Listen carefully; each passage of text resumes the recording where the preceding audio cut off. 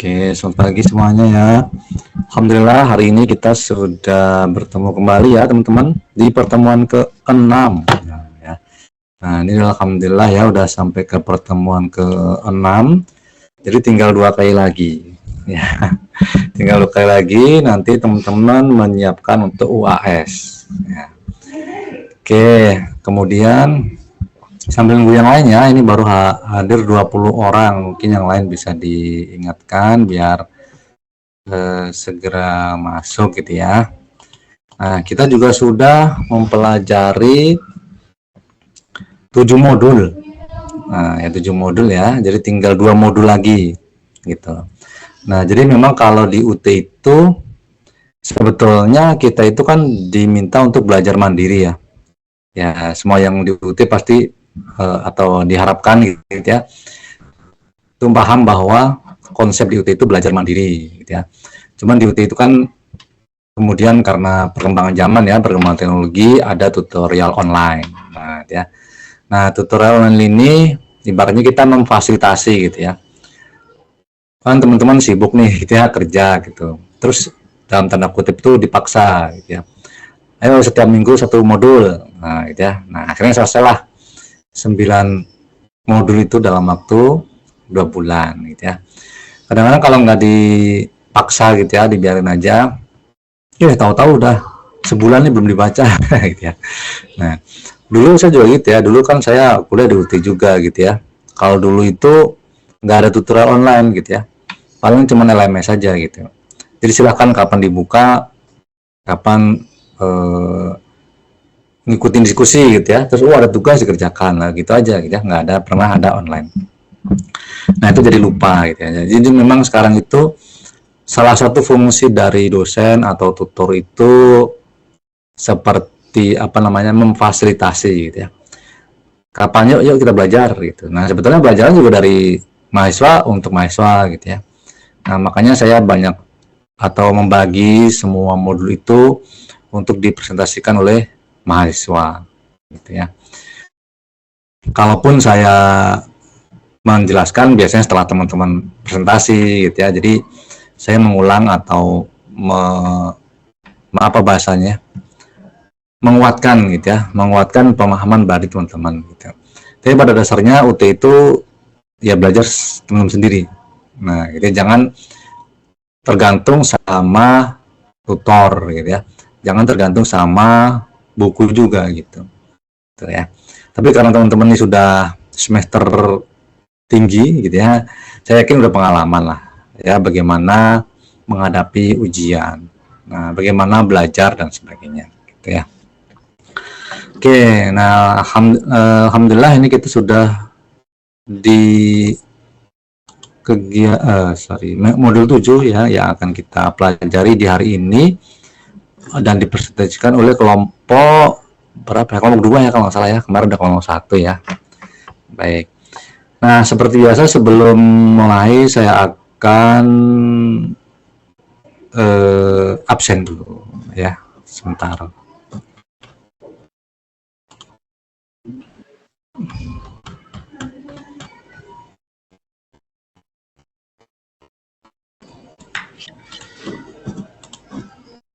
Mbak Kusnul Khotimah.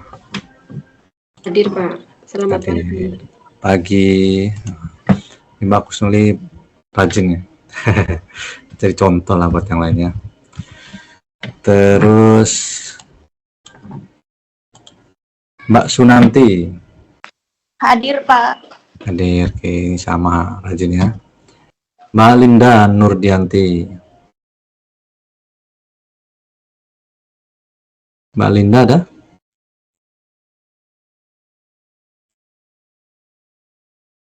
Oke, saya lewatin dulu ya. Mbak Nafatia.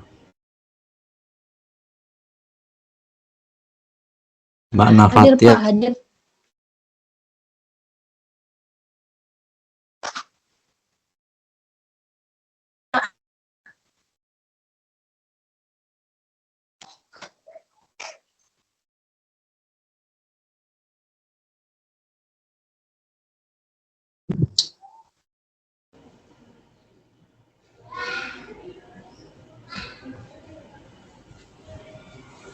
Desi Anasari ada?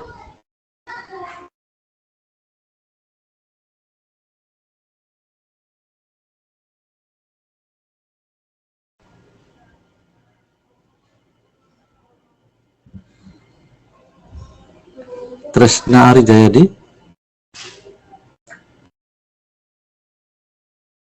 Nani Farida? Pak, maaf. Tadi Winarse udah dipanggil belum, Pak? Siapa mbak? Winarse. Putus-putus sih saya. Tapi tadi Winarse, siapa? Pak. Iya, sinyal saya susah, Pak. Siapa mbak? Winarse, Pak. Oke, sama Winarse ya? Ya. Oke. Jadi, Pak, maaf Pak, sinyal saya kurang bersahabat. Oke, nggak apa-apa ya. Mbak Nani Farida? Ada, Pak. Ada, oke. Mas Asep? Mas Asep izin keluar Pak karena Oh. kerjaan. Oke, Tapi hadir. oke. Pak Asep izin 30 menit, Pak. Nanti masuk izin telat 30 menit. Oke, oke, siap. Ya. Mas Anggi ini memang nggak ada ya. Dwi Jayanti? Dwi Jayanti ada? Nggak ada ya. Mbak Uun Kuniri? Oke, lagi.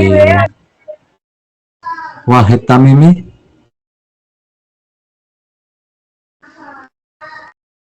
Wahid Tamimi? Belum ada ya. Didin Apipudin? Mas Didin hadir. Usmini?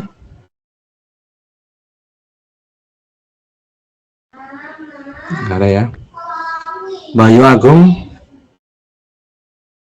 Iya, hadir Pak. Oke. Leni Puspa? Mbak Lani izin ada Izin ya. pekerjaan, Pak. Oke. Mas Bayu Sadewo? Hadir Pak. Oke. Mbak Liza? Hadir, Pak. Oke. Mas Soum? Soum Febi? Belum ya. Widya Ayu? Hadir, Pak. Oke. Zalifah? Hadir, Pak. Oke. Siti Mas'udah? Hadir, Pak. Oke. Alfi Nurlaili? Hadir, Pak. Oke. Iken Nur Safitri? Pak Ike izin, Pak, ada acara. Oke. Ilham Bagas? Hadir Pak. Oke. Marsha Cikita? Hadir, Pak. Oke. Sabina Audia? Hadir, Pak. Oke. Vina Norma? Hadir, Pak. Oke. Oke, siap. Pak, M Saum hadir Pak. Oke, Mas Saum ya. Oke. Oke, ada lagi yang belum dipanggil tadi? Selamat pagi, Pak. Desi, Pak. Pagi. Desi baru hadir, maaf terlambat. Oh, Desi. Oke, Mbak Desi hadir ya. Terima kasih, Pak. Oke. Pak, mohon maaf tadi saya sudah disebutkan ya Pak. Siapa nih, Mbak? Nafatia. Fatia. Oke. Oke. Udah, Mbak. Pak Linda ya, Pak ya. Siapa, Mbak? Siapa terakhir tadi ya? Saya Pak Linda, Pak, hadir ya, Pak. Oh, Linda. Oke, udah, Mbak. Oke, teman-teman. Mohon maaf Pak, saya juga Trisna Ari Jayadi Pak, baru dapat izin dari mandor Pak. Oke, Hadir siap, saya, Pak. Mas. Oke, Mas. Terima kasih banyak Pak. Oke. Oke, ada lagi? Udah ya? Oke, ada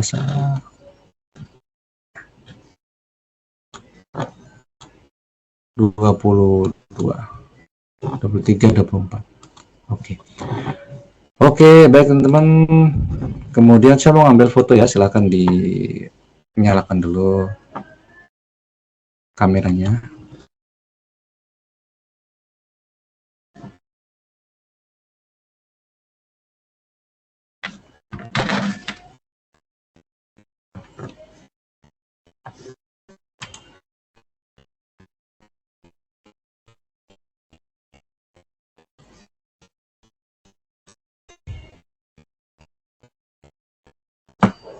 Silakan yang lain dinyalakan dulu kameranya.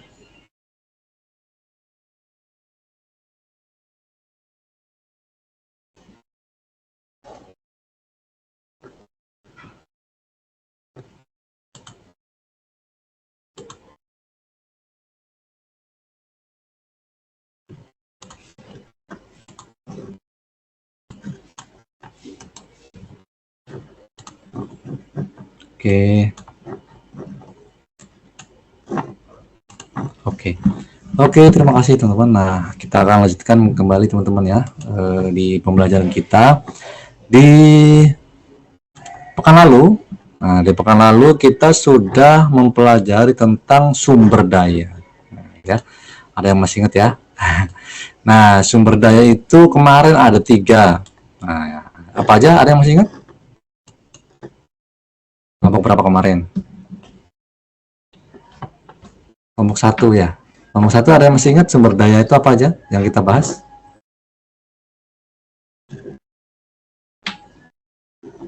Sumber daya manusia, sumber daya teknologi.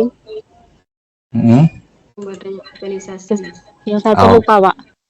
Oke, ya. Jadi ada sumber daya manusia, ada sumber daya teknologi, ada sumber daya organisasi.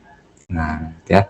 Nah, itu udah kita pelajari ya. Jadi dalam manajemen kinerja, nah, itu apa yang dinilai gitu ya. Nah, kita bisa berdasarkan itu gitu ya. Bagaimana kita meningkatkan kinerja? Ya, kita bisa melihat dari sumber dayanya. Saya merevisi sedikit ya. Jadi sebuah perusahaan atau sebuah organisasi kalau ingin unggul, ya dia harus memaksimalkan penggunaan dari sumber daya. Ya. Atau bahasa yang paling gampang adalah kalau punya sumber daya yang bagus, insya Allah perusahaan itu akan bagus. Nah, gitu ya. Kalau pegawainya bagus, ya pasti akan bagus, gitu ya. Kalau teknologinya bagus, akan bagus, gitu ya. Organisasinya, hubungan antar manusianya, budayanya bagus, ya dia akan bagus. Gitu. Nah, itulah kenapa perusahaan itu kecenderungannya adalah mencari tenaga kerja yang bagus gitu ya. Nah, kan dites dulu, diseleksi gitu ya.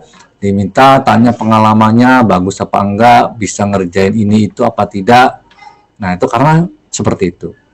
Atau kenapa kok perusahaan melakukan training gitu ya? Karena dia pengen sumber daya manusianya bagus gitu ya. Nah, walaupun ada juga gitu ya. Itu perusahaan bagus-bagus pegawainya gitu ya, tapi kalah dengan perusahaan lain yang nggak terlalu bagus gitu ya. Atau gampangnya aja lah, ada orang yang pinter belum tentu sukses gitu ya. Ada yang nggak terlalu pinter tapi mungkin sukses gitu ya. Nah, itu campuran dari yang lain gitu ya. Ibaratnya sumber manusianya bagus tapi kalau budaya organisasinya kurang bagus, ya akhirnya seimbangnya begitu gitu ya, kalah gitu ya. Tapi kalau semuanya bagus, semua terlaksana, ya insya Allah akan menjadi bagus gitu ya. Jadi minimal 3 itu ya. Ada sumber daya teknologi, ya artinya semua organisasi kalau nggak pakai teknologi ya akan ketinggalan dengan organisasi lain yang menggunakan teknologi ya, seperti zaman sekarang gitu ya, penggunaan AI gitu. Nah, kalau perusahaan organisasi tidak menggunakan AI, ya bisa jadi dia kalah dengan perusahaan yang menggunakan AI, menggunakan teknologi dan sebagainya. Tapi yang harus diingat yang organisasi itu gitu ya. Organisasi itu ternyata ya sebagus-bagusnya teknologi ya, kalau organisasinya buruk gitu ya, kurang bagus gitu ya, kurang bagus juga gitu ya. Misalnya hubungan antar manusia, kepemimpinannya gitu ya, budayanya, orang-orang yang sering terlambat ya sama aja gitu ya, orang-orang yang nggak jujur ya sama aja. Itu namanya sumber daya organisasi yang dimiliki. Nah, sekarang teman-teman di modul yang ke-7, nah ini yang kelompok 2 nanti ya. Nah, kita akan mempelajari tentang sistem manajemen kinerja. Nah, itu akan dibagi menjadi 3 kegiatan belajar ya, barangkali teman-teman sudah ada yang baca, itu kita menilai, ya, kita menilai kinerja dari sumber yang ada itu bagaimana. Nah, ini sistemnya di sini ya. Apakah di awal, apakah di proses, apakah di outputnya, gitu ya. Oke, kelompok 2 udah siap? Kelompok 2 kan ya? Ya Pak, kelompok 2 Pak. Oke, yang akan mempresentasikan siapa? Raffi share layar. Oke, silakan bisa di share filenya, layarnya ya.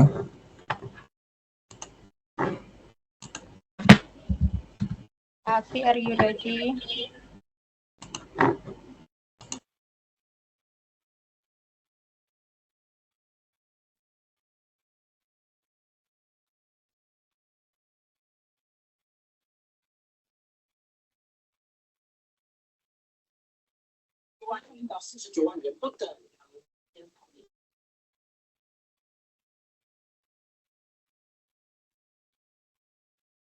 Belum kelihatan ya Pak? Belum? Kak Afi. Kak Desi, Kak Afi kemana?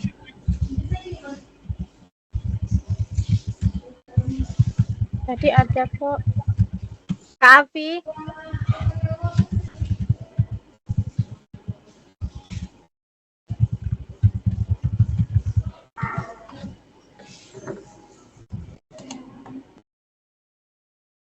Kak Siti tolong panggilin Kak Afi di grup dong.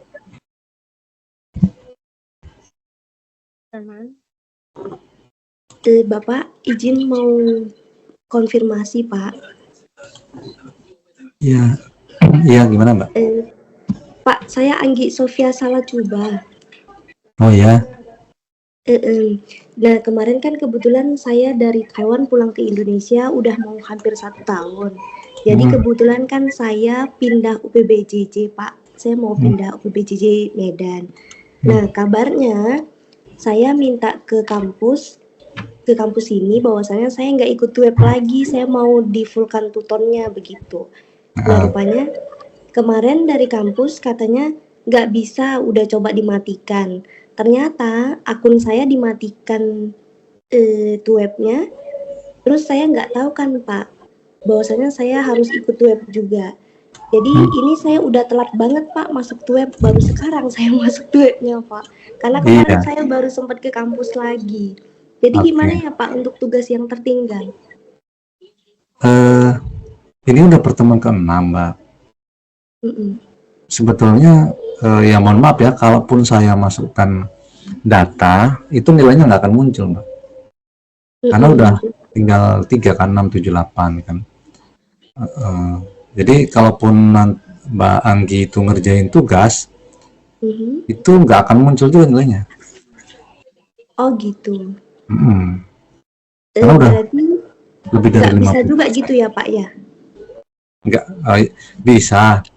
Cuman walaupun ibaratnya walaupun dapat nilai 100 pun gitu ya, itu sama sistemnya akan diblok gitu, nggak akan muncul karena kehadirannya sedikit.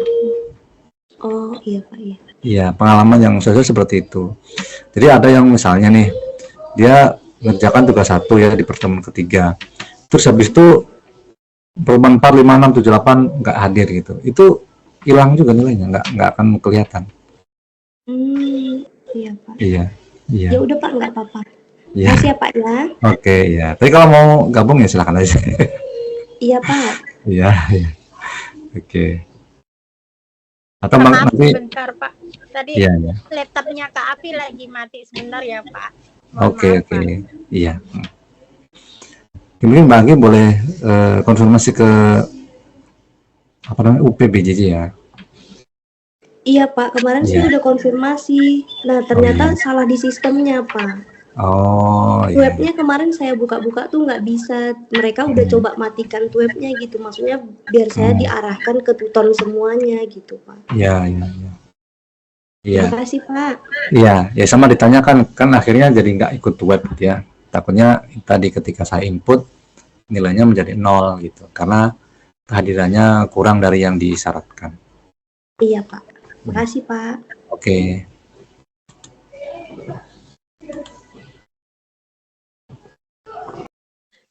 Pak, untuk tugas 2 ini terakhir pengumpulannya kapan, Pak?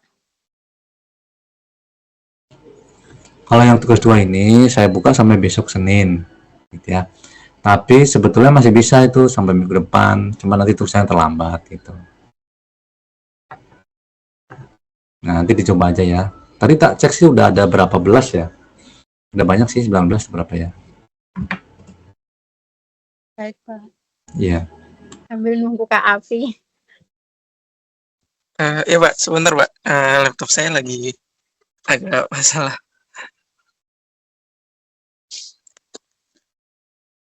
Tapi belum ya laptopnya. Sebentar.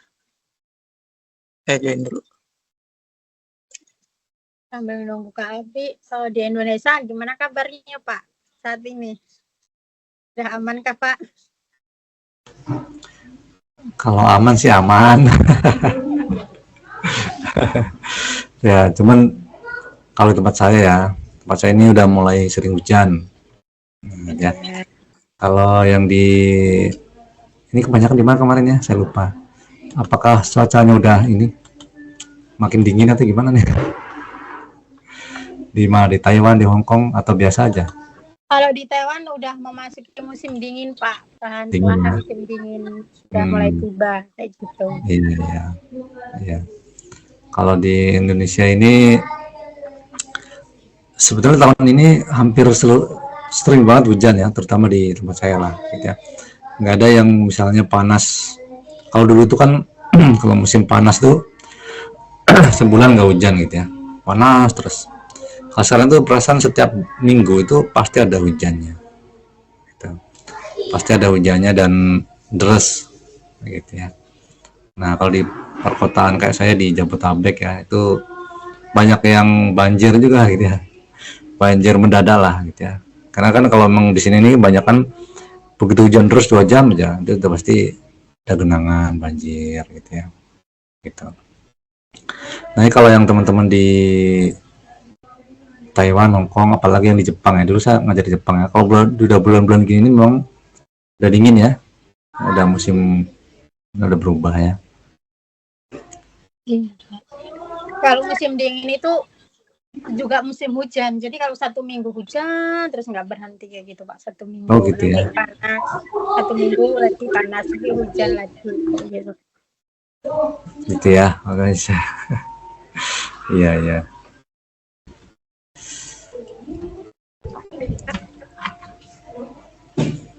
Indonesia sudah mulai membagi ya Pak, pergantian Menteri Ekonomi Pak Purba itu Pak. Ya, karena viral banget Pak. Iya memang kayaknya jadi idola netizen ya. Iya. Bahasa ceplas-ceplosnya itu Pak yang bikin netizen. Iya. Memang sudut pandangnya atau bahasanya itu ya kayak netizen umumnya gitu ya. Bukan bahasa politik lah gitu ya. Bukan, kalau politik itu kan apa ya, nanggung gitu ya. Nggak tegas gitu ya. Ya, tapi ya alhamdulillah kepercayaan masyarakat jadi meningkat ya ke pemerintah. Mudah-mudahan bisa baik lagi ya Pak. Iya, amin. Ya. Perlahan ya Pak. Iya. Kak Afi, udah belum Kak Afi?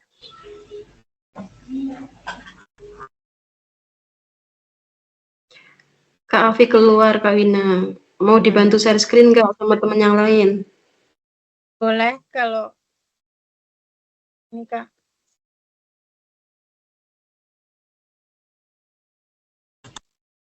Soalnya laptopnya lagi masalah ini. Nggak tahu tadi. Tiba-tiba mati. Abdul bisa bantu nggak Kak? Udah aku share PPT. Ya bisa, sebentar ya. Harus di-download dulu. Mohon maaf Pak di batas kendali kita. terjadi problem. Tadi Iya, malam nggak apa-apa.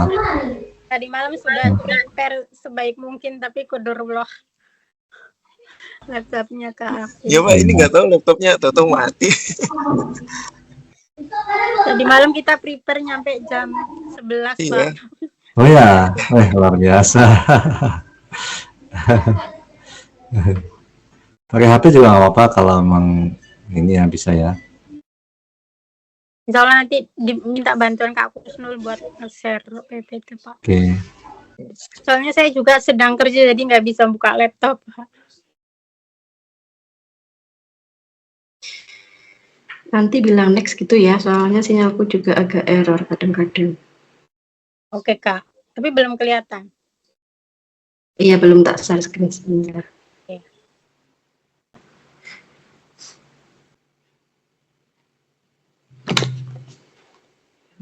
Udah. Oke, Bismillahirrahmanirrahim. Assalamualaikum warahmatullahi wabarakatuh. Waalaikumsalam warahmatullahi. Sebelumnya yang terhormat kepada Bapak dosen dan teman-teman semuanya. Sebelumnya perkenalkan kami dari kelompok 7 akan mempresentasikan modul sebelumnya kami kelompok 2 akan mempresentasikan modul 7. Kami berjumlah 7 anggota, ada saya sendiri Winarsih, ada Siti Matudah, ada Vina Nurma, ada Didin Afin, ada Desi Anasari, dan Sabina Audia, dan yang terakhir ada Kak Sunanti. Next Kak. Nah, di sini kami di modul 7 ini ada 3 kegiatan belajar yang insya Allah akan dipresentasikan oleh Kak Afi. Pada Kak Afi, saya persilahkan. Oke, baik. Terima kasih Kak Wina. Untuk modul 7 ini kita ada 3 kegiatan pembelajaran. Dan yang pertama kita masuk ke metode peringkat paksa. Metode peringkat paksa atau force ranking adalah metode yang paling sederhana, mudah, dan murah dari semua macam metode dalam sistem penilaian kinerja karyawan.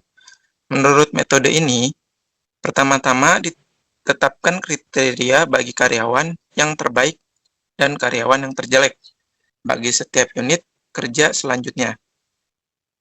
Dipilih dari semua karyawan yang ada dalam unit tersebut, satu orang yang memenuhi kriteria sebagai karyawan terbaik atau satu sebagai karyawan yang terjelek. Ini banyak kita lihat ya, kalau metode kayak gini, biasanya ada per bulan biasanya. Di perusahaan-perusahaan kayak McD atau KFC itu kan biasanya dipajang tuh, Employee of the Month, biasanya kayak gitu. Nah, mungkin yang terjeleknya mungkin nggak dipajang bagi mereka. Tapi biasanya saya pernah sering-sering lihat yang kayak gitu. Yang pakai metode peringkat paksa kayak gini tuh banyak itu yang dipakai seperti itu. Lanjut Kak. Yang kedua, kita masuk ke metode peringkat paksa berbentuk kurva lonceng.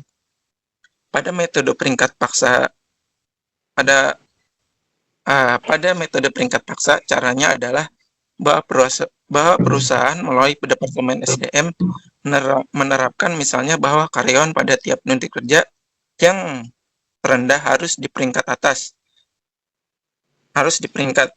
dasar prestasi, sikap, dan perilaku. Kinerja mereka ada 5 kategori, yaitu 1 istimewa, bagus, rata-rata, 4 kurang, dan 5 buruk. Nah, ini lebih kompleks lagi ya. Jadi kalau yang tadi kan cuman karyawan terbaik dan terjelek gitu kan. Nah, ini lebih banyak lagi indikatornya. Ada perilaku, ada apa lagi gitu. Jadi lebih kompleks gitu. Nah, selanjutnya kita ke metode manajemen kinerja yang berorientasi pada input. Putri tahun 1990 menamakan metode berpusat pada individual atau individual centered atau dinamakan dengan pendekatan berpusat pada orang. Person centered approach. Metode berpusat pada orang adalah cara tradisional yang menekankan pada pengukuran dan penilaian ciri-ciri. Banyak dijadikan objek pengukuran adalah kejujuran, ketaatan, disiplin, loyalitas, inisiatif, kreativitas, adaptasi, komitmen, motivasi, sopan santun, dan lain-lain. Kalau metode ini sih kita masuknya ke kayak norma-norma ya. Jadi kayak kejujuran. Biasanya ada tuh kalau di usaha-usaha kecil biasanya pakai metode ini gitu loh. Jadi apa dia jujur atau enggak, atau misalnya kreativitas atau uh, apa kayak dia nih bisa apa gitu kan, atau misalnya dia bisa membuat kinerja apa pekerjaannya lebih baik atau gimana gitu kan. Jadi inisiatifnya tuh diperlukan gitu loh. Jadi dinilai di situ. Lanjut Kak.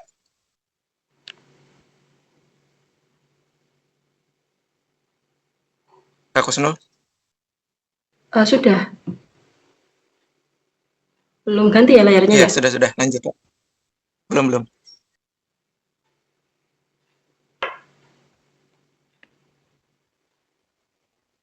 Yang D, Pak. Yang D. Ini masih C.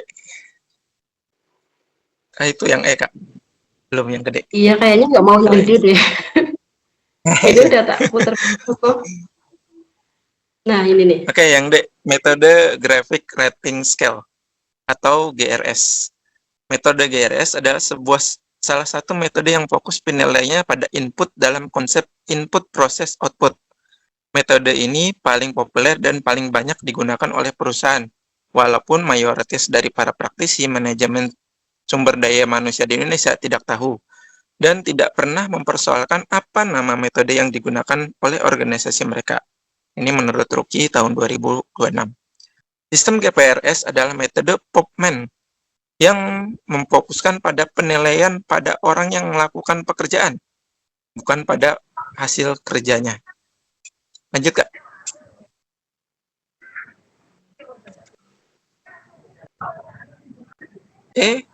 Keuntungan menggunakan metode GRS. Ada keuntungan yang menggunakan metode GRS, yaitu satu, mudah dipahami oleh penggunanya, karena tekniknya cukup sederhana dan istilah-istilah yang digunakan sudah bisa digunakan orang. Dua, pembuatan skala relatif dapat dikatakan mudah baik secara abjad maupun angka. Praktisi lebih senang menggunakan angka. Tiga, jika penilaian disertai dengan komentar tertulis, maka kemungkinannya terjadi halo effect atau terkesan pada kehebatan atau kelemahan penampilan seseorang untuk memberi skor tinggi atau rendah pada karyawan Anda akan berkurang. Lanjut, Kak.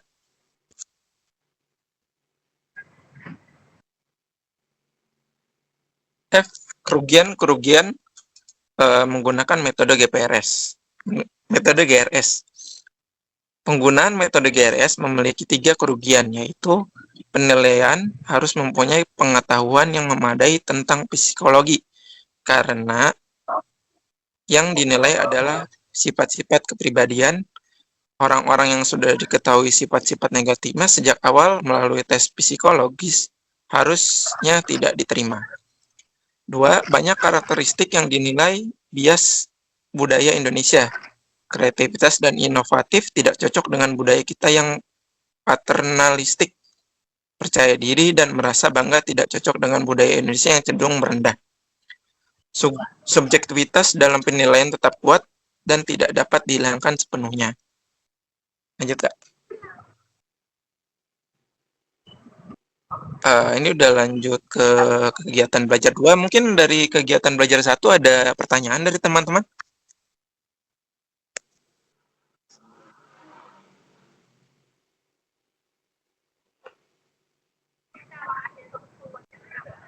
Mungkin di kerjaannya ada evaluasi karyawan atau yang biasa dipakai tuh beda dari yang tadi dijelaskan atau gimana gitu. Bisa diceritakan juga kok. Bisa share-share kita. Gimana teman-teman?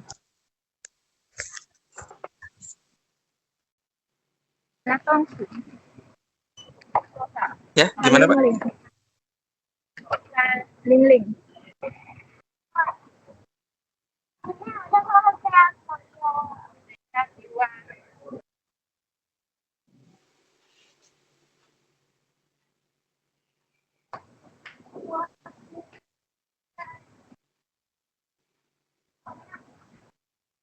Oke, kalau nggak ada kita lanjut ke kegiatan belajar 2 ya.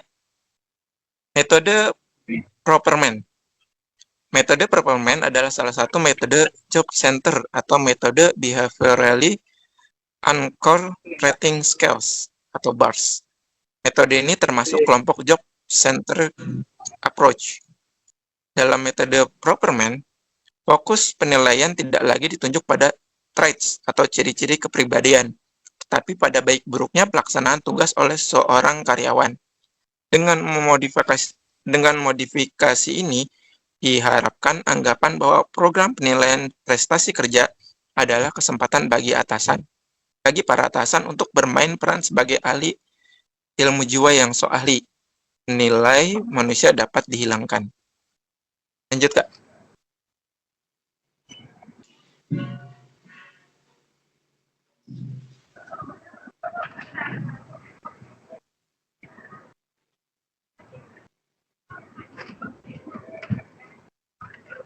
Kelebihan penggunaan MBS. Bentar. Kelebihan metode Properman. Menurut Turki, tahun 2026, ada 4 kelebihan penggunaan metode ini. 1. Apabila dirancang, disiapkan, dan dilaksanakan dengan benar, maka metode ini akan membantu mendorong meningkatkan kualitas sumber daya manusia yang dimiliki oleh perusahaan atau organisasi tersebut, karena fokus penilaian adalah proses atau bagaimana seorang karyawan melakukan tugas-tugasnya. 2. Terjadi peningkatan kualitas EDM yang bersinambungan seperti yang disebutkan di atas. Akhirnya mendorong kemampuan seluruh organisasi sebagai kesatuan ke tingkat yang lebih tinggi lagi. 3. Meningkatkan kualitas SDM yang berkesinambungan pada gilirannya akan menghasilkan peningkatan output, baik dalam kuantitas maupun kualitas. Pekerjaan perancangan dan persiapan menerapkan metode Properman dapat sekaligus dimanfaatkan untuk menerapkan metode dan sistem pengajian yang didasarkan pada kompetensi atau competencies based PI.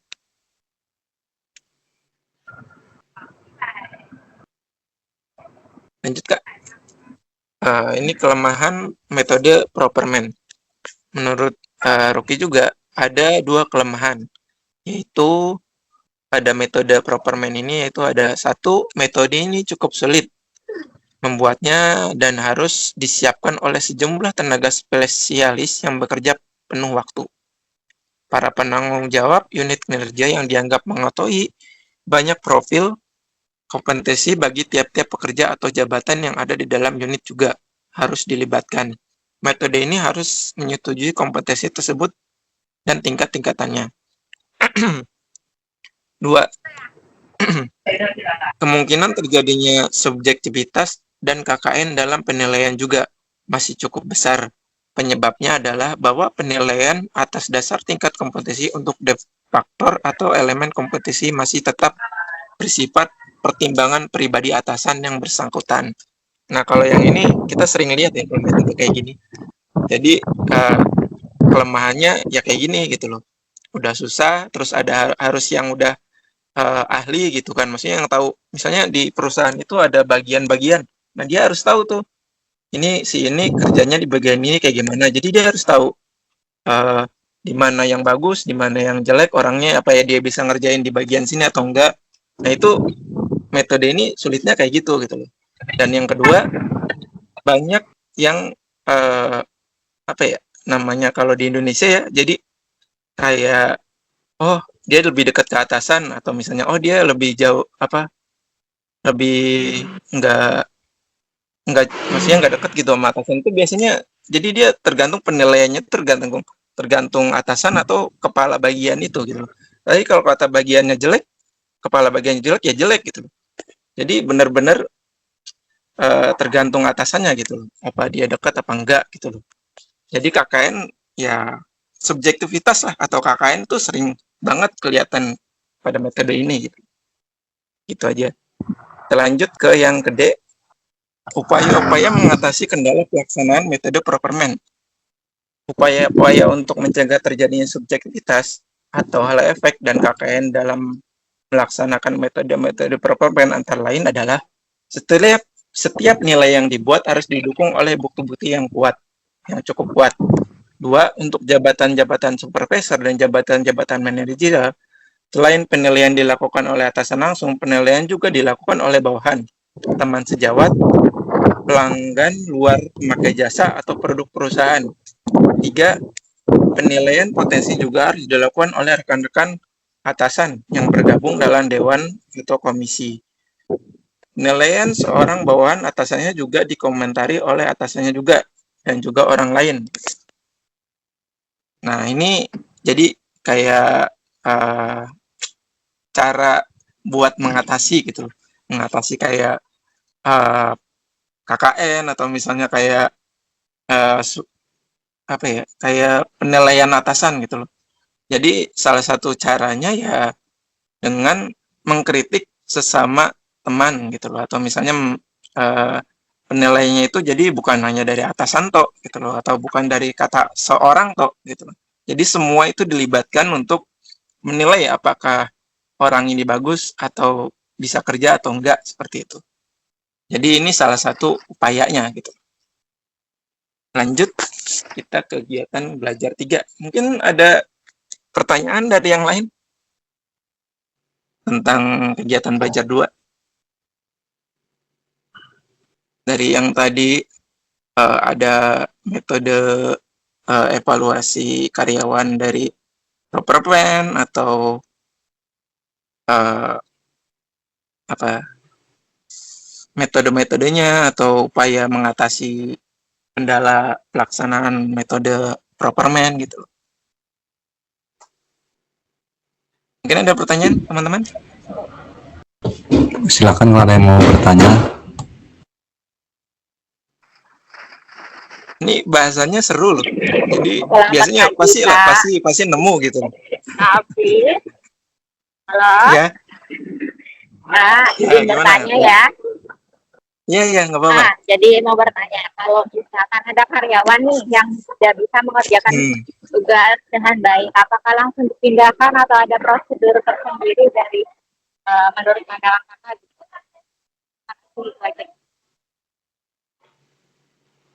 Jadi ada karyawan nih yang nggak proper gitu kan ya. Iya.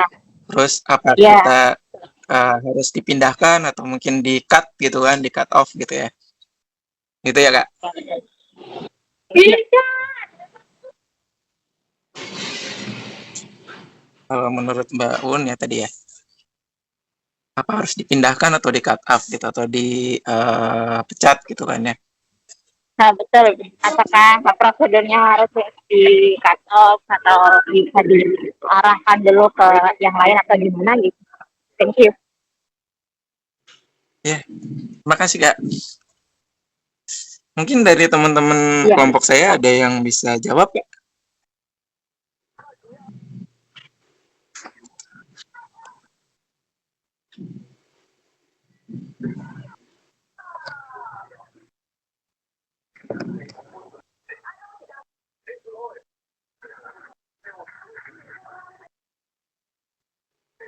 Kak Desi mungkin atau Kak Sabina? Ada yang mau bantu jawab?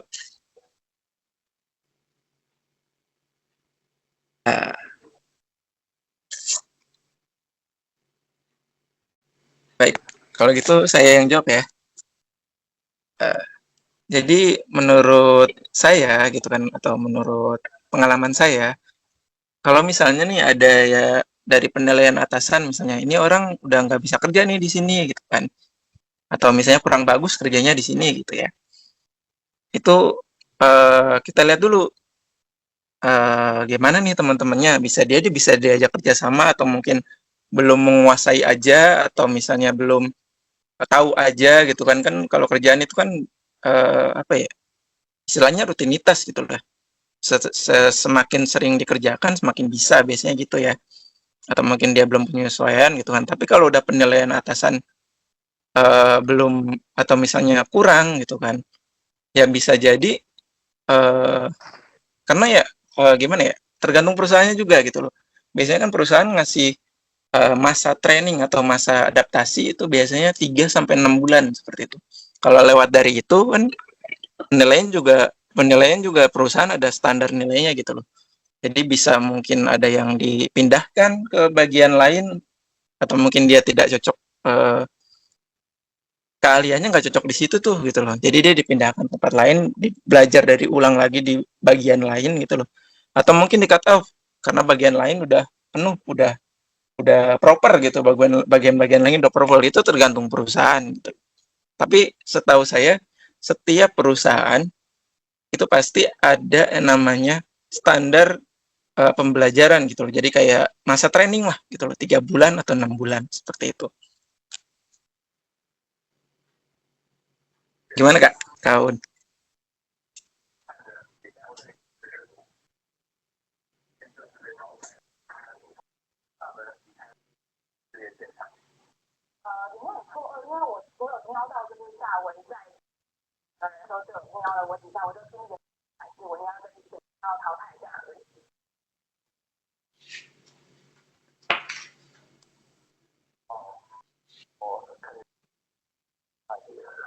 Halo Kak?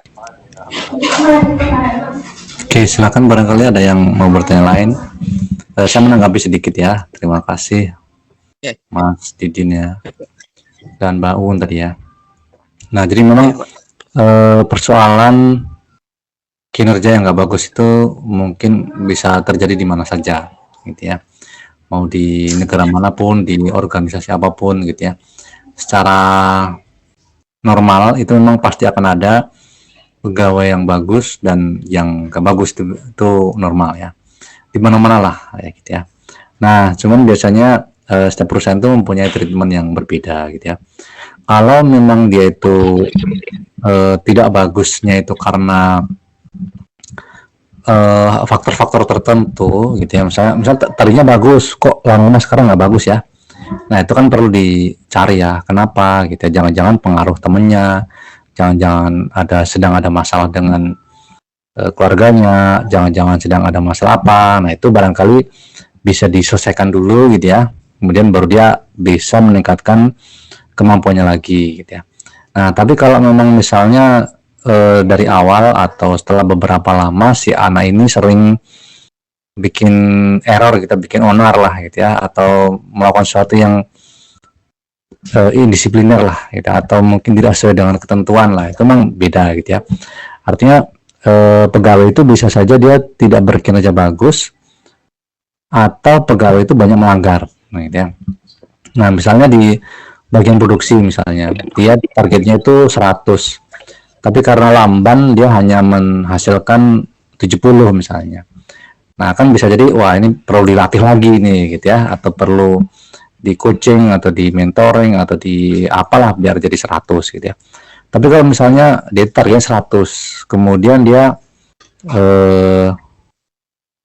banyak bikin apa ya, dia sering terlambat ya, gitu ya, atau dia mengganggu rekan kerja yang lain. Nah, itu kan beda gitu ya, dari kemampuan pribadi ke perilaku. Nah, itu ya, perilaku pribadi ini akan berbeda-beda gitu ya, perlakuannya gitu. Kalau perilaku misalnya dia sering mengganggu temennya, atau dia sering apa ya, berperilaku yang tidak baik ya, bikin orang marah-marah gitu. Nah, itu mungkin bukan masalah dia ditingkatkan kemampuannya ya, tapi mungkin dari sisi adabnya, atau mungkin dari karakternya dan sebagainya gitu ya. Atau bahkan kalau emang orang ini atau pegawai ini bikin masalah karena memang tabiatnya gitu ya, tabiatnya misalnya merugikan orang lain gitu ya, merugikan perusahaan. Nah, itu bisa jadi malah ya udah dikeluarkan aja gitu ya, karena memang punya tabiat yang tidak bagus gitu. Nah, jadi memang untuk menghadapi pegawai yang kinerjanya tidak bagus itu perlu dicari apa yang menjadi masalahnya gitu ya. Kalau masalahnya itu masih bisa diselesaikan, ya diselesaikan dulu gitu ya, atau ditingkatkan gitu. Tapi kalau sudah parah gitu ya, bahkan menjalar ke orang lain gitu, misalnya ngajak temennya bolos gitu misalnya, atau mengganggu orang bekerja, ya itu mungkin bisa jadi dapat tindakan yang lebih keras gitu ya, atau lebih tegas gitu. Mungkin itu tambahan saya ya. Silakan kalau ada yang mau bertanya atau boleh dilanjutkan ya. Ya, baik, terima kasih Pak untuk tambahannya. Kita lanjut ke kegiatan belajar 3 ya. Konsep dasar MBS. Sistem manajemen kinerja ini dibasiskan pada konsep manajemen by objectivities atau MBO yang pernah dipopulerkan di Indonesia dengan istilah manajemen berdasarkan sasaran atau MBS. Istilah MBO pertama kali digunakan oleh Drucker pada tahun 1954 sebagai suatu sistem manajemen. Kemudian di Indonesia diterjemahkan menjadi MBS atau manajemen berdasarkan sasaran. MBO ini telah dikembangkan oleh ahli-ahli seperti McGregor, O'Donnell, dan Humble. Manajemen berdasarkan pada sasaran dikembangkan sebagai suatu metode untuk mengelola organisasi dan pegawai serta meningkatkan kinerja pada manajer. Lanjut. B. Kelebihan penggunaan MBS. Kelebihan penggunaan MBS menurut Ruki tahun 2006 antara lain sebagai berikut. MBS adalah suatu proses yang efektif dan membantu manajemen dalam kegiatan. Mengarahkan para manajer, supervisor pada hasil-hasil yang harus dicapai. Dan memaksa semua orang dalam organisasi meningkatkan diri karena secara moral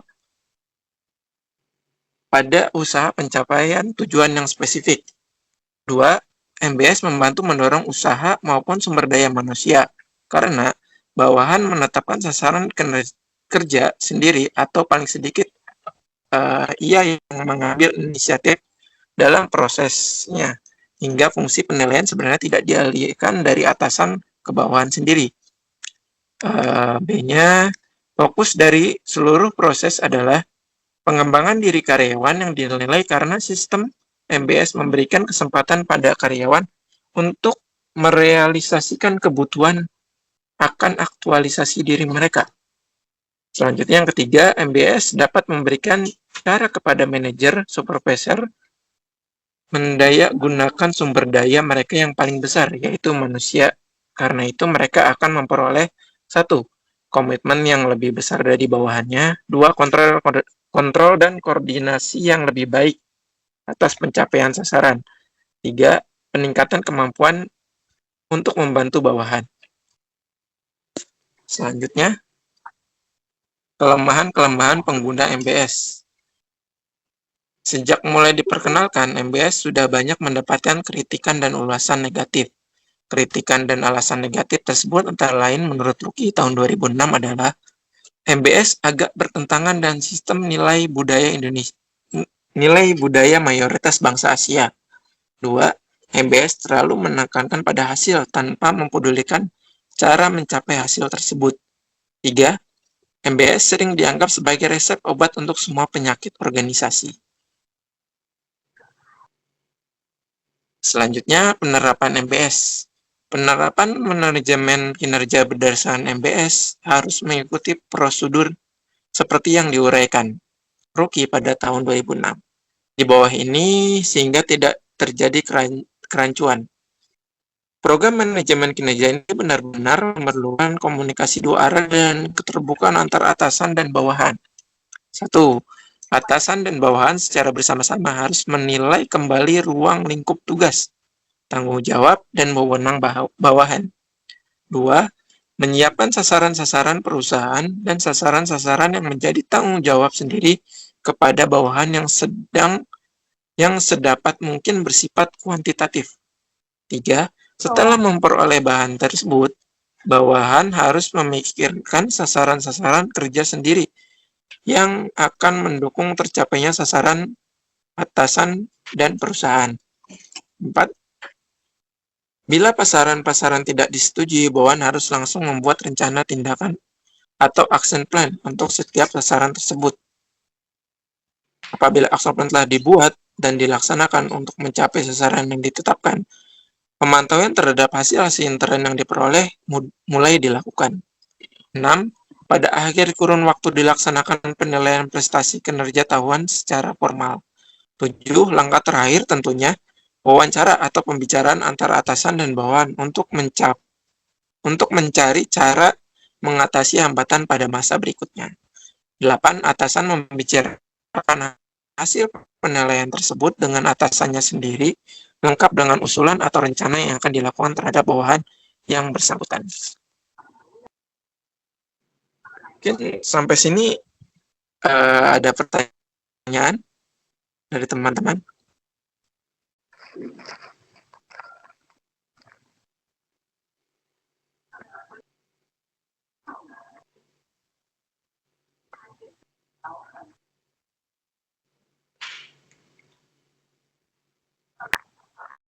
Izin bertanya, Pak.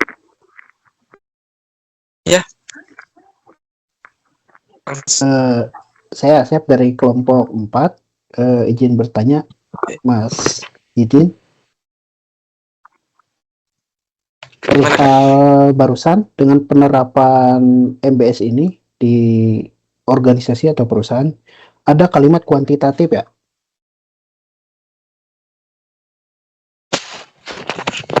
Ya, ada di poin 2 itu. Iya. Pertanyaannya, untuk peran yang bersifat kualitatif, bagaimana Anda secara objektif mengukur kontribusi individu atau tim tanpa menyederhanakan kualitas menjadi metrik kuantitatif? Terima kasih.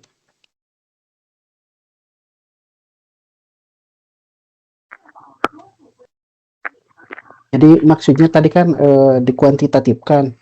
Terus ada beberapa bagian yang tidak bisa dikuantitatifkan gitu, seperti R&D desain gitu, itu kan nggak bisa. Jadi berdasarkan kualitas bukan kuantitas. Itu bagaimana ininya mengukur kontribusi individu tersebut? Terima kasih.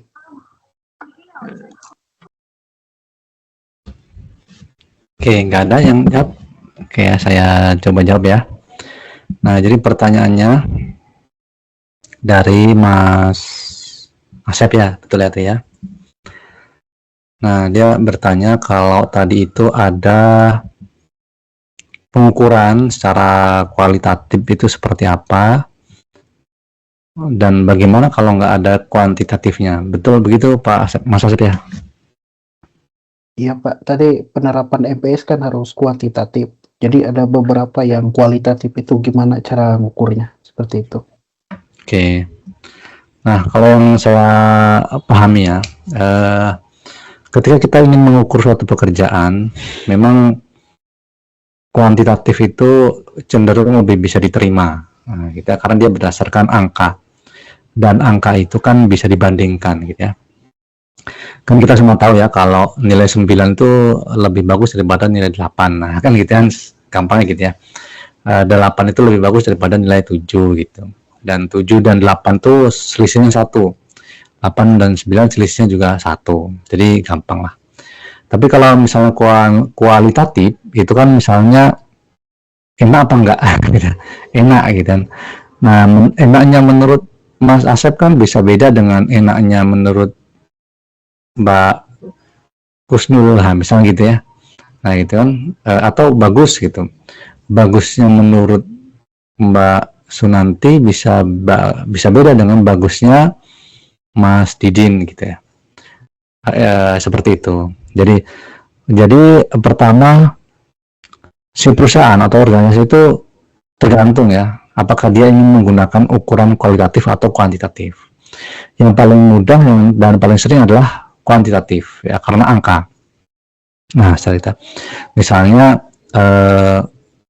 targetnya berapa, sekian juta gitu ya, atau produksinya berapa, 100 pieces. Nah, itu kan gampang ya, kalau nggak sampai 100 berarti tidak sesuai dengan kinerjanya atau performance-nya kurang gitu.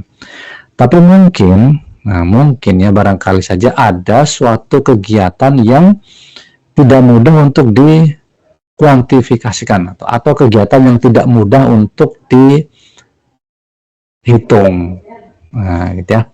Misalnya kalau di buku itu ada contoh supir atau driver ya. Nah, driver ini kinerjanya bagaimana gitu. Nah, akhirnya kinerjanya driver ini diukur, kalau mau kuantitatif itu agak bingung gitu ya. Maksudnya ini kira-kira kalau driver ini yang bagus seperti apa gitu ya. Apakah kalau dia menyetir dengan 100 km per jam atau 120 km per jam, nah, tambah ngebut tambah bagus? Enggak juga gitu ya. Atau semakin lama gitu kan, 8 jam, 12 jam, nah belum tentu juga gitu ya. Nah, akhirnya di situ dinilai berdasarkan prosesnya gitu ya. Nah, proses itu akhirnya menjadi tidak terlalu kuantitatif gitu ya. Kualitatif aja gitu. Bagaimana gaya nyetirnya? Oh, enak gitu ya. Atau bagaimana kedisiplinannya? Oh, bagus ya disiplin gitu ya. Nah, ukurannya bagaimana gitu ya. Nah, biasanya kalau seperti itu dari kualitatif itu jadinya selera gitu. Selera itu bisa ada tingkatan kan. Enak sama enak banget itu selisihnya berapa sih? Selisihnya 2 tingkat misalnya. Nah, itu nggak jelas gitu ya. Tapi kalau 7 dan 8 tadi saya cerita selisihnya mudah gitu. Nah, makanya yang kualitatif ini bisa dibilang debatable, atau bisa didebat, atau bisa belum bisa disepakati oleh semua orang gitu. Nah, tapi ya kalau mau pakai kualitatif ya harus diakui bahwa kualitatif itu bisa diterima. Nah, langkah pertama seperti itu. Kembali ke sopir tadi ya, akhirnya ceritanya dia agak susah untuk dinilai gitu kalau berdasar kuantitatif ya, akhirnya seperti itu. Akhirnya kemudian apakah mobilnya bersih? Oh, bersih gitu ya. Apakah AC-nya dingin gitu ya. Nah, agak susah itu untuk jadi angka gitu. Apakah dia tepat waktu? Oh, tepat waktu. Nah, itu akhirnya seperti itu gitu. Walaupun beberapa hal mungkin bisa jadi dari kualitatif itu dikuantifikasikan gitu. Misalnya disiplin, ini disiplin Pak. Nah, disiplinnya itu antara 1 sampai 10 berapa? Oh, dia disiplin Pak, selalu tepat waktu, setiap datang dia tepat waktu, maka dia dapat nilai 10. Nah, gitu kan. Nah, berarti dikuantifikasikan gitu. Atau dia disiplin sih, tapi ya kadang-kadang enggak gitu. 1 sampai 10 berapa? Ya 6 lah gitu ya. Nah, berarti dia nilainya 6. Nah, itu berarti dari kualitatif itu digeser ke kuantitatif gitu. Jadi memang ini selera ya, termasuk penelitian, termasuk laporan gitu. Mau pakai kuantitatif atau kualitatif itu menurut saya selera. Kalau bisa dikuantitatifkan, biasanya orang cenderung mengkuantitatifkan gitu ya. Bisa jumlah penjualan, oke, seneng gitu kan. Jumlah orang komplain semakin sedikit semakin bagus misalnya. Nah, tapi kalau itu tadi ya yang terkait dengan yang nggak bisa dihitung, ya akhirnya kemudian jadi kualitatif. Nah, kalau masih kurang puas dengan kualitatif misalnya bisa digunakan skala tadi. Nah, itu ya, bisa digunakan skala dari 1 sampai 5 atau 1 sampai 10 atau ya berapalah 0 sampai 100 gitu ya. Nah, itu silahkan saja gitu untuk meyakinkan bahwa data itu muncul mudah untuk dikuantifikasikan. Tapi lagi-lagi ya misalnya gini, kita makan nih gitu ya, makan pedas gitu ya. Semakin pedas semakin bagus, nah, gitu kan. Kemudian yang makan tadi tanya, ini pedas nggak? Oh, pedas banget gitu. Nilainya berapa? 1 sampai 10, 9, nah, misalnya gitu kan. Terus geser lagi orang lain, dia udah biasa makan pedas gitu kan. Ini pedas nggak? Pedas gitu. 1 sampai 10 berapa? Ya 6 lah. Nah, padahal sambelnya itu sama gitu ya. Padahal satu racikan gitu kan, dengan komposisi yang sama, dengan dibuat oleh orang yang sama, dibuat dalam satu waktu. Tapi karena orangnya itu seleranya berbeda, ya bisa beda juga gitu ya. Nah, itu. Nah, memang pengukurannya belum tentu memuaskan gitu ya, kecuali memang suatu hal yang diyakini bersama gitu. Nah, kualitatif itu untuk mengurangi hal seperti itu ya, dianggap orang itu sama lah, dan si penilai juga harus mengakui bahwa kualitatif itu ada kekurangannya gitu ya. Seperti tadi ya, selera berbeda, tingkat kepedesan orang gitu ya, itu berbeda gitu kan, tingkat orang menganggap baju ini bagus nggak? Bagus gitu ya. Yang lain bilang nggak bagus gitu ya. Ya bisa juga beda gitu. Padahal barang yang sama gitu. Nah, mungkin kira-kira seperti itu. Jadi ada hal-hal yang kinerja itu atau ukuran-ukuran itu bisa dilakukan secara kualitatif. Mungkin itu Mas Asep, atau barangkali ada komentar yang lain, silakan. Baik Pak, jelas, Iya, Pak. jelas. Terima kasih. Oke. Rata-rata juga biasanya dikuantitatifkan sih Pak, dari kualitatif gitu. Iya, iya. Saya di skala gitu ya. Iya, di skala bisa kayak gitu. Baik, Kalau mungkin ada yang lain? di tempat Mas Didin ada yang di seperti itu yang apa Mas? Kalau di tempat di pabrik saya, itu Ada biasanya bimbingan. sih di gimana Kak Un? Oh ya, maaf Mas. Aku Oh, iya. aku sambil kuliah, maaf Mas.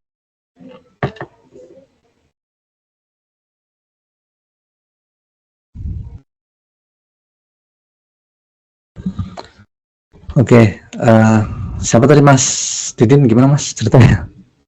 Iya. Kalau di yang saya pernah alami ya itu Pak. Biasanya kayak ini suka yang mana gitu kan, misalnya yang produknya yang terjual mana gitu kan, biasanya kayak gitu.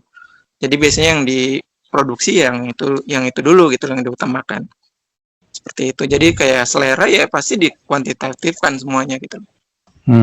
Jadi yang produksi paling prioritas ya itu yang diprioritaskan gitu. Biasanya gitu. Iya. Oke.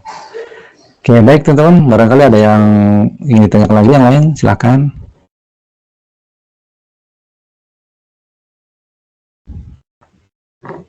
Kalau nggak ada saya tutup aja Pak dari kelompok kami. Gimana? Boleh, silakan ya. Ya.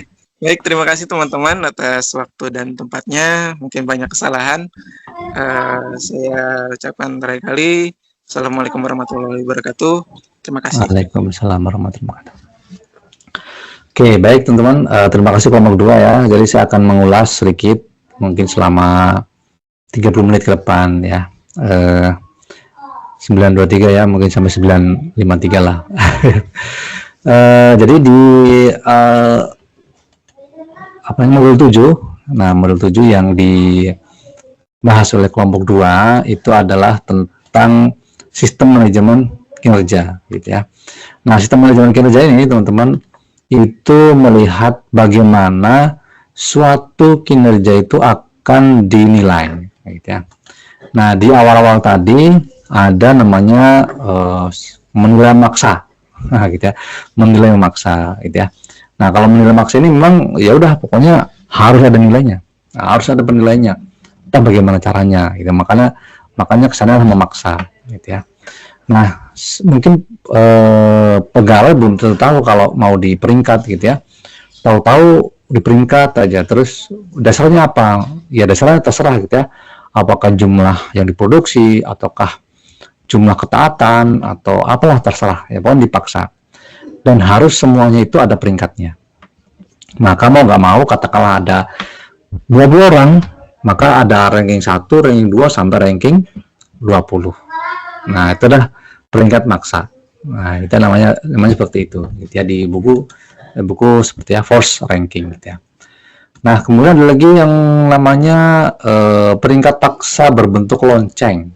Nah, di buku juga ada ya, ada lonceng. Nah, kalau berbentuk lonceng ini perusahaan akan membuat suatu peringkat tapi dibagi menjadi beberapa kategori.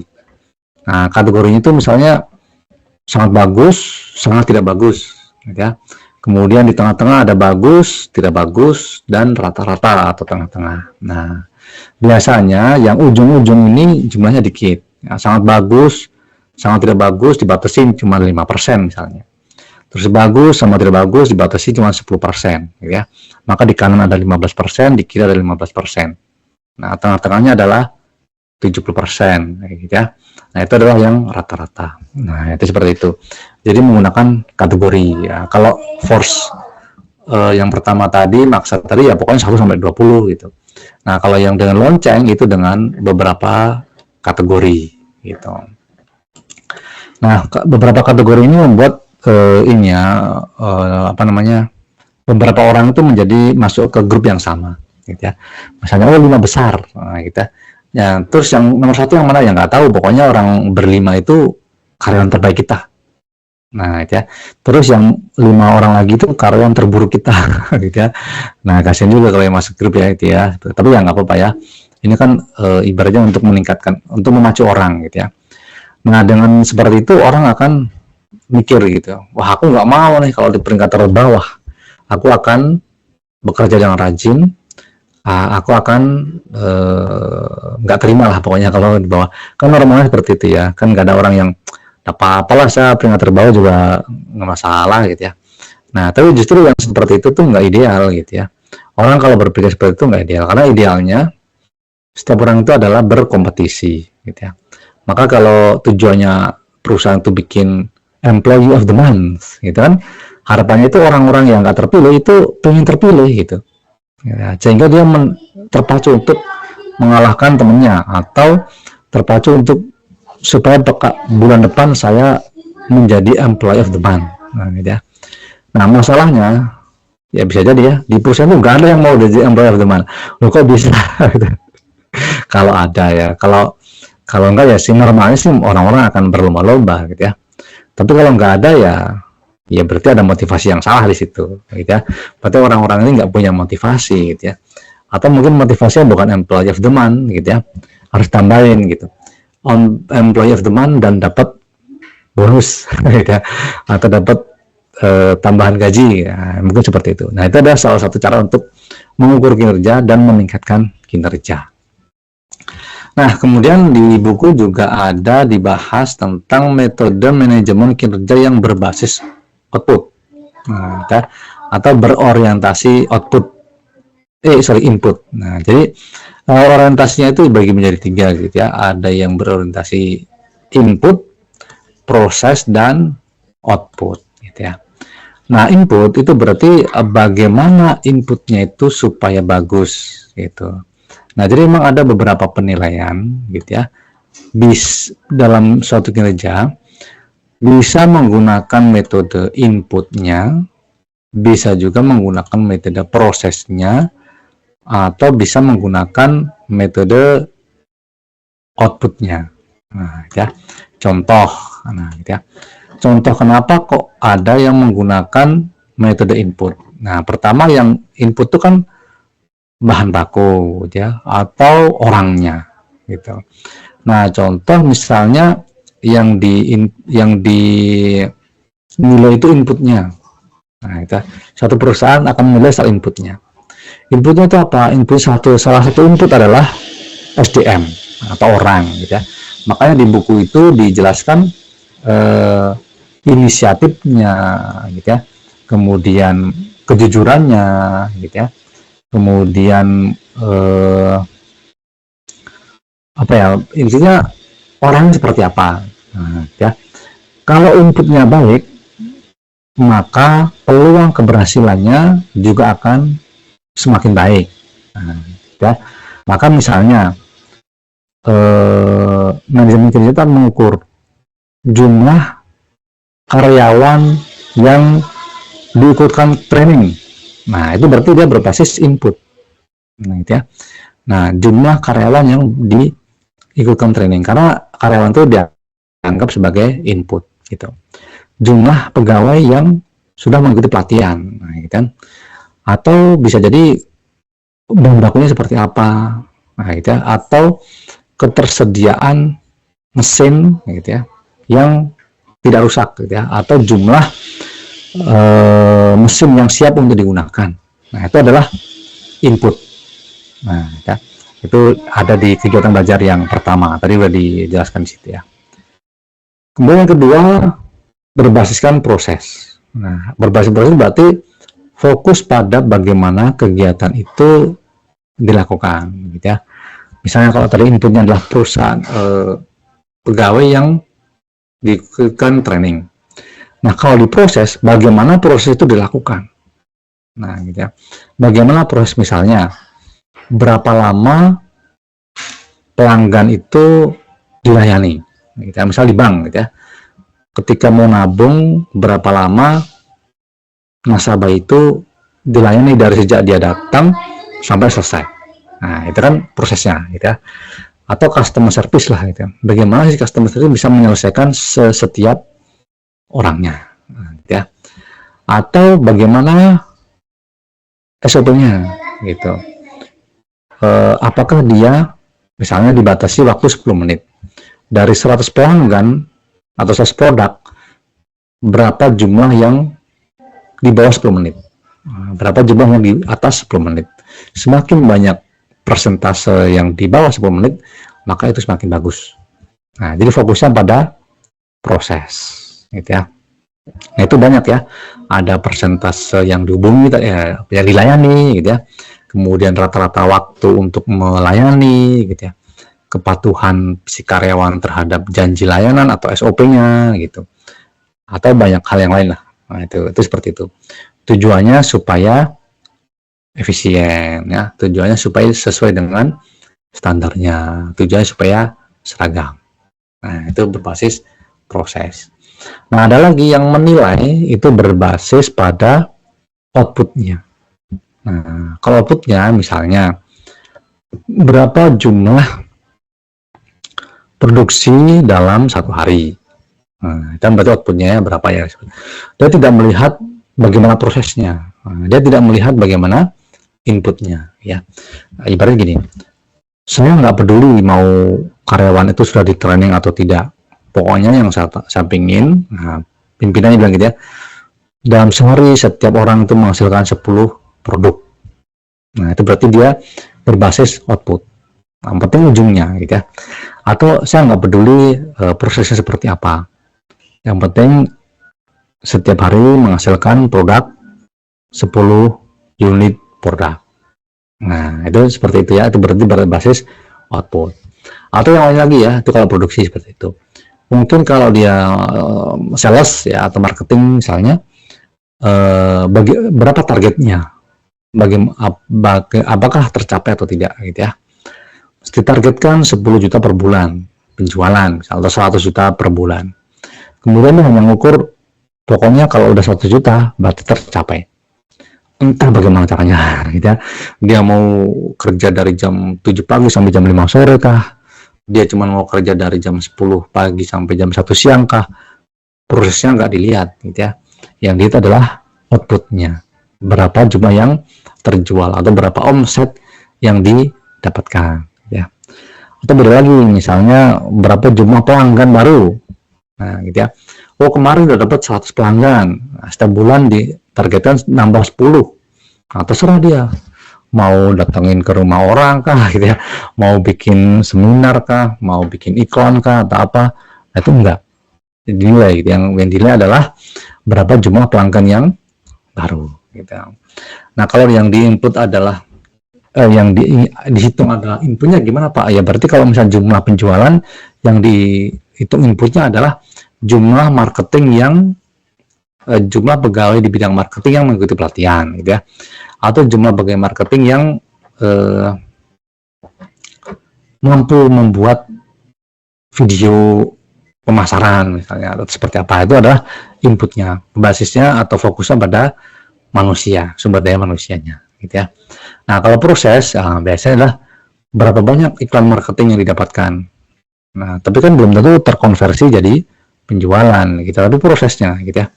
Berapa jumlah orang yang diprospek, nah, berapa perusahaan yang ditawarin gitu ya. Nah, itu berarti berbasis proses. Kalau berbasis output, saya nggak peduli kerjanya seperti apa, yang penting dapat omset sekian. Nah, itu seperti itu. Kebanyakan atau penggunaan itu tergantung dari karakteristik pekerjaannya gitu ya. Kalau karakteristik pekerjaan itu menghasilkan output, ya orang cenderung menggunakan output gitu ya. Terserah mau kerjakan kapan, terserah mau kerjaan seperti apa, yang penting dapat outputnya. Nah, itu berbasis output gitu ya. Tapi kalau kayak tadi ya yang ditanyakan, bagaimana kalau pekerjaan yang susah diukur outputnya, nah gitu ya. Misalnya tadi ya sopir gitu ya, atau mungkin satpam gitu ya. susah gitu kan, berapa jumlah yang datang, bukan juga gitu ya. Kenyamanan enggak juga gitu. Nah itu bisa digali lagi gitu ya, apakah cocoknya itu ada pada input, proses, atau pada output. Nah itu, nah masing-masing ada kelebihan ataupun ada kekurangannya gitu ya. Kalau yang input itu ya, kalau perusahaan kan ya baru mengeluarkan uang aja gitu ya. Nah tapi kalau ada permasalahan di input itu bisa ketahuan gitu kan. Misalnya nih, mau mengukur jumlah penjualan gitu kan, terus penjualannya itu tidak tercapai.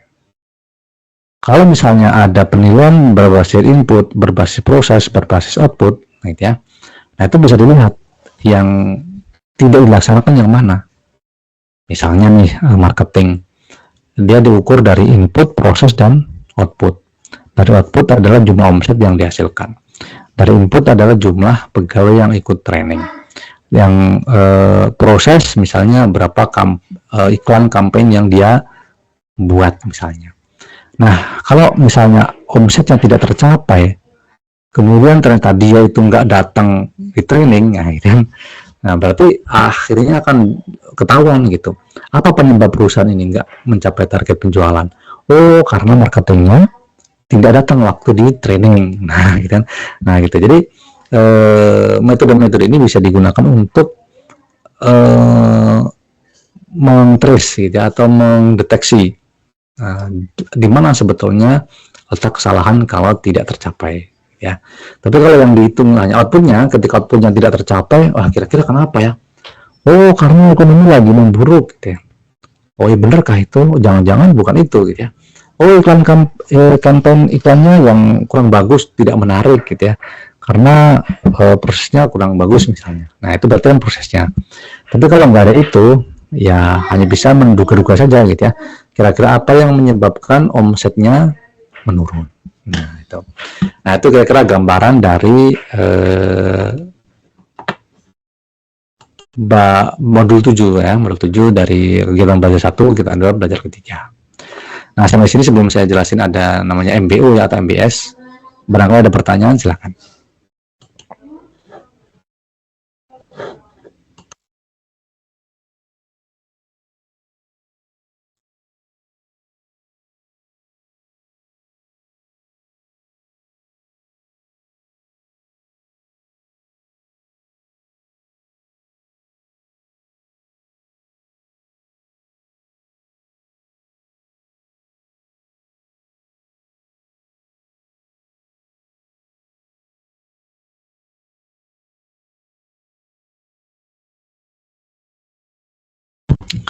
Oke, nggak ada ya. Oke, baik, saya lanjut lagi.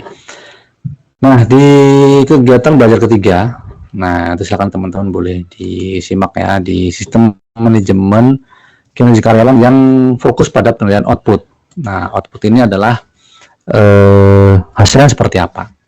Nah, di situ dijelaskan adanya MBO ya, atau manajemen by objektif, atau di bahasa Indonesia kan itu manajemen berbasis sasaran atau berdasarkan sasaran gitu ya. Nah ini berbasis output ini sekarang lagi dianggap bagus. Nah itu dianggap bagus ya, karena seseorang itu atau karyawan itu akan fokus pada output. Nah sementara prosesnya seperti apa itu nggak dihitung gitu, nggak dianggap gitu ya. Terus pokoknya kalau bisa menghasilkan terserah lah gitu ya. Makanya sekarang itu banyak perusahaan-perusahaan yang bisa dikerjakan dari jarak jauh. Nah itu misalnya seperti itu ya, karena tadi ya, kamu mau kerja di mana terserah, mau kerja berapa jam terserah, mau dikerjakan di pagi hari terserah, mau siang hari terserah, mau tengah malam juga terserah. Nah ibaratnya atau kasarnya begitu loh gitu ya. Yang penting kamu bisa menghasilkan produk dalam 1 minggu itu selesai. Nah ya. Nah orang-orang sekarang juga senang gitu ya, karena kalau orang dulu itu ada pemimpin yang ketat gitu ya, dipantengin terus, kita dijagain, nggak ditungguin gitu ya. Nah, orang kan nggak suka gitu ya, namanya micromanagement gitu ya. Micromanagement, orang nggak suka kita ditungguin terus dipototin, merasa diawasi gitu. Nah, mungkin berubahnya ini juga ya, apa namanya, budaya juga gitu ya, atau berubahnya generasi gitu kan.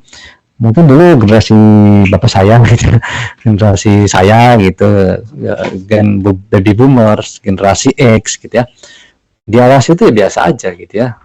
Tapi mungkin sekarang itu kalau diawasi itu kayak malah tertekan gitu ya, jadi ngeblank gitu ya, nggak bisa mikir, nggak bisa kerja gitu. Nah, akhirnya berkembanglah manajemen by objektif ini. Nah, manajemen by objektif ini menekankan kepada pertama sasaran yang akan dituju atau objektifnya apa gitu ya. Yang kedua, menekankan pada kesepakatan antara atasan dengan bawahan gitu ya.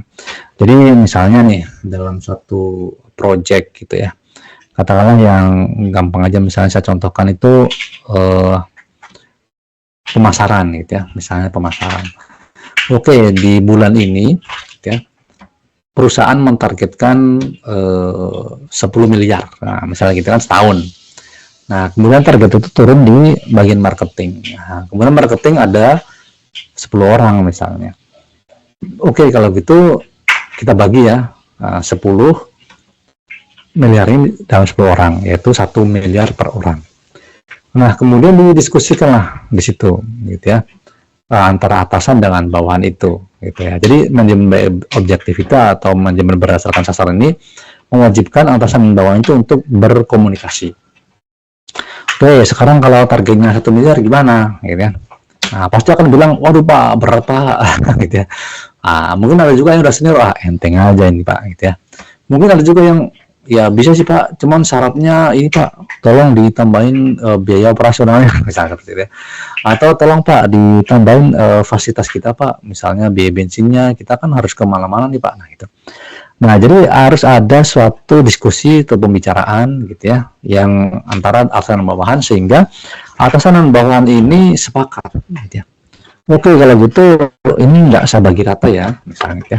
Dari 10 ini mungkin ada yang 1,5, mungkin ada yang 1,2, mungkin ada yang 800 gitu ya. Karena ternyata kemampuan dari anggota kita berbeda ya.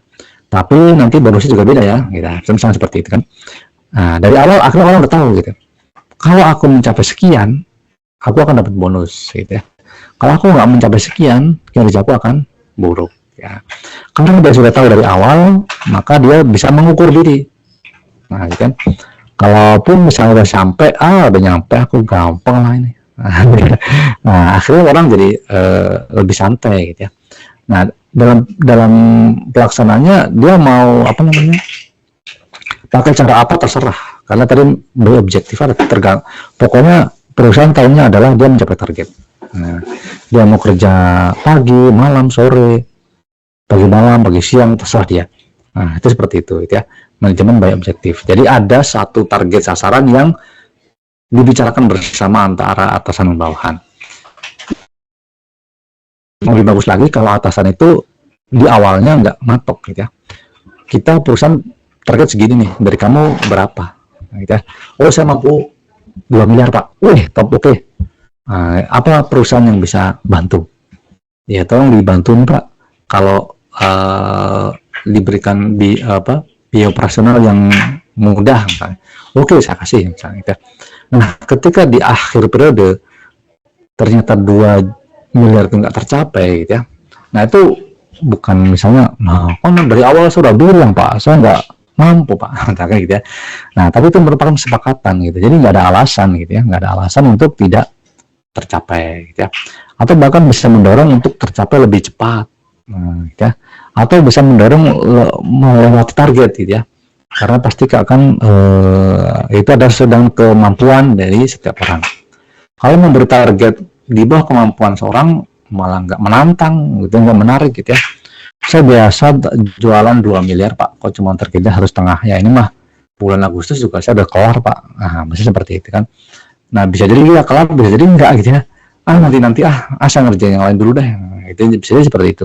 Nah, maka manajemen by objektif ini menekankan pada kesepakatan antara atasan dengan bawahan. Nah, gitu ya. Dia bisa nego, gitu ya, bisa bersepakat di awal sehingga di akhir itu sudah bisa perkirakan seperti apa yang disepakati. Nah, itu namanya manajemen by objektif, gitu ya. Nah, manajemen by objektif biasanya terletak pada output ya, karena namanya objektif ya, bukan proses, bukan juga inputnya seperti apa. Nah, itu yang berkembang seperti itu. Nah, di buku juga sudah dijelaskan ya, akan ada kelebihan dan ada juga kekurangannya, ya. Nah, kelebihannya bagi karyawan itu lebih fleksibel, ya. Tapi mungkin kekurangannya bagi si organisasi, bisa jadi si karyawan ini menawar gitu ya. Sebetulnya dia mampu 2 miliar gitu. Dia karena dia khawatir nggak bisa, dia nawar hanya 1,5 gitu ya. Tapi nanti kalau dapat 2 miliar saya dapat bonus siapa gitu ya. Nah, jadi ya masing-masing punya kelebihan atau kekurangannya. Di buku juga dijelaskan manajemen objektif ini kan berkembang di Amerika gitu ya.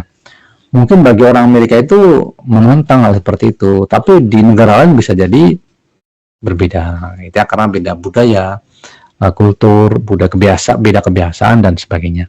Nah, itu yang perlu diantisipasi, gitu ya. Jangan-jangan tingkat optimisme orang itu berbeda, gitu ya. Saya yakin Pak dapat 2 miliar, padahal dia dapatnya 4 miliar, gitu ya. Supaya apa? Supaya bonusnya gede, gitu ya. Maka targetnya dikurangin, gitu ya. Atau mungkin dia punya kerjaan yang lain dan sebagainya. Nah, memang setiap kondisi ya pasti akan ada kelebihan dan kekurangannya. Nah, gitu ya. Nah, tapi MBO atau MBS ini dirasa cukup baik untuk dilaksanakan karena dia tidak sepihak, gitu ya. Kalau tidak pakai MBO, dia sepihak aja. Organisasi itu cuma bilang ke marketing misalnya, kamu bisa targetnya 5 miliar. Oh Pak, 5 miliar. Nah, kaget gitu kan. Nah, ketika nggak tercapai, ya Bapak itu hitungannya yang salah. Gitu kan. Jadi kan nggak benar gitu ya. Akhirnya jadi bahan apa ya? Debatable aja gitu ya, karena tidak disepakati oleh kedua belah pihak. Nah, kalau disepakati kedua belah pihak, maka masing-masing itu punya rasa tanggung jawab ya. Angka 2 miliar ini memang saya yang sepakat dari awal gitu, atau itu memang usulan saya. Jadi saya punya kewajiban moral untuk menyelesaikan. Nah, itu kayak seperti itu contohnya gitu ya. Oke, sampai sini barangkali ada pertanyaan teman-teman tentang sistem manajemen kinerja yang sudah kita bahas.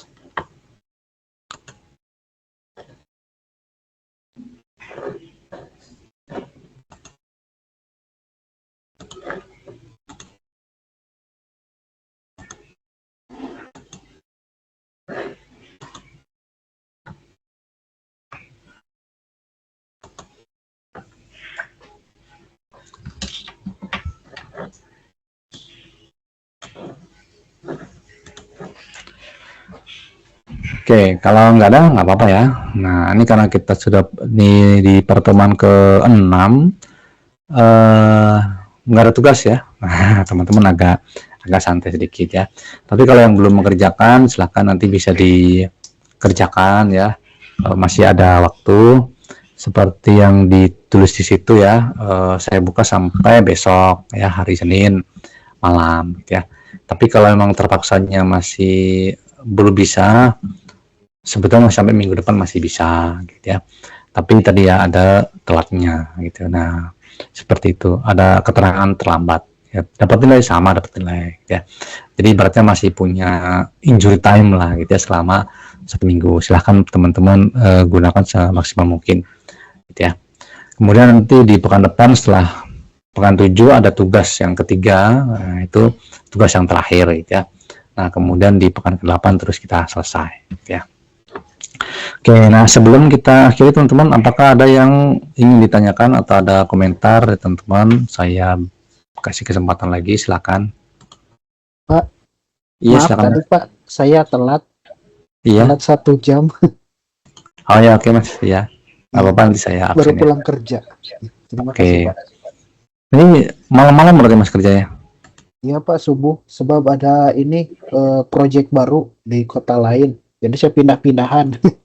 Oh ya, oke, sukses Mas ya. Terima kasih Pak. Oke, yang lain adalah yang belum absen. Ini yang belum itu Mbak Dwi Jayanti, Wahid Tamimi, Kusmini. Udah itu, yang lain sih izin ya. Enggak ya, udah saya semua ya. Salahnya udah saya absen ya. Oke. Baik teman-teman, kalau tidak ada ya kurang 10 menit nggak apa-apa ya. Jadi sudah kita bahas sama-sama semuanya di modul 7 teman-teman ya, tentang sistem manajemen kerja. Jadi kesimpulannya adalah dalam sebuah manajemen kerja, pengukurannya itu bisa dilakukan di sisi input, bisa dilakukan di sisi proses, ataupun bisa dilakukan di sisi output gitu ya. Nah, mana yang baik dilakukan? Yang baik dilakukan sih ya semuanya harus ada gitu ya, ada di input, ada di proses, ada di output. Karena kalau ketika tidak mencapai target, maka bisa dilihat mana yang tidak mencapai target, prosesnya, inputnya atau outputnya gitu ya. Nah, inputnya udah bagus, tetapi ternyata tidak mencapai target. Oh, mungkin prosesnya yang salah, gitu ya. Inputnya udah bagus, prosesnya udah bagus, tapi outputnya yang tidak maksimal. Ini kenapa? Apakah orangnya yang bermasalah, atau sistem yang bermasalah, atau seperti apa, gitu ya. Gitu. Tapi biasanya minimal ada di salah satu, gitu ya. Kalau memang ada tiga-tiganya, oke, silahkan, gitu ya. Nah, kemudian penilaiannya bisa kuantitatif, bisa kualitatif. Kecenderungan orang yang mudah adalah kuantitatif, gitu ya, karena kuantitatif itu lebih mudah mencari bedanya, yang bagus, yang enggak itu seperti apa. Ada jaraknya, gitu, ada nominalnya, ya, sehingga orang tertrigger, oh mudah, oh penjualan sekian miliar, oh, itu mudah, penjualan bagus pak, bagusnya seberapa, nah itu kan agak susah ya. Tapi bisa juga kualitatif tadi diskalakan gitu, atau dinominalkan atau dikuantifikasikan, sehingga oleh orang-orang yang di luar pun akan mudah dipahami. Nah itu mungkin teman-teman ya yang kita pelajari di hari ini, semoga bisa menambah pengetahuan teman-teman, bisa dipahami dengan baik, dan nantinya bisa dilaksanakan atau diimplementasikan pada tempat kerja teman-teman ya, baik di perusahaan sekarang bekerja ataupun nanti bikin perusahaan sendiri ataupun di perusahaan yang baru gitu ya. Baik, sekali lagi saya ucapkan terima kasih pada teman-teman yang sudah merhatikan. Kelompok 2 juga yang sudah presentasi. Kita lanjutkan di pekan depan, presentasi oleh kelompok 3 untuk modul 8 ya. Oke, saya tutup. Terima kasih. Assalamualaikum warahmatullahi wabarakatuh. Waalaikumsalam. Terima kasih Pak. Oke, sama-sama. Saya Lip ya.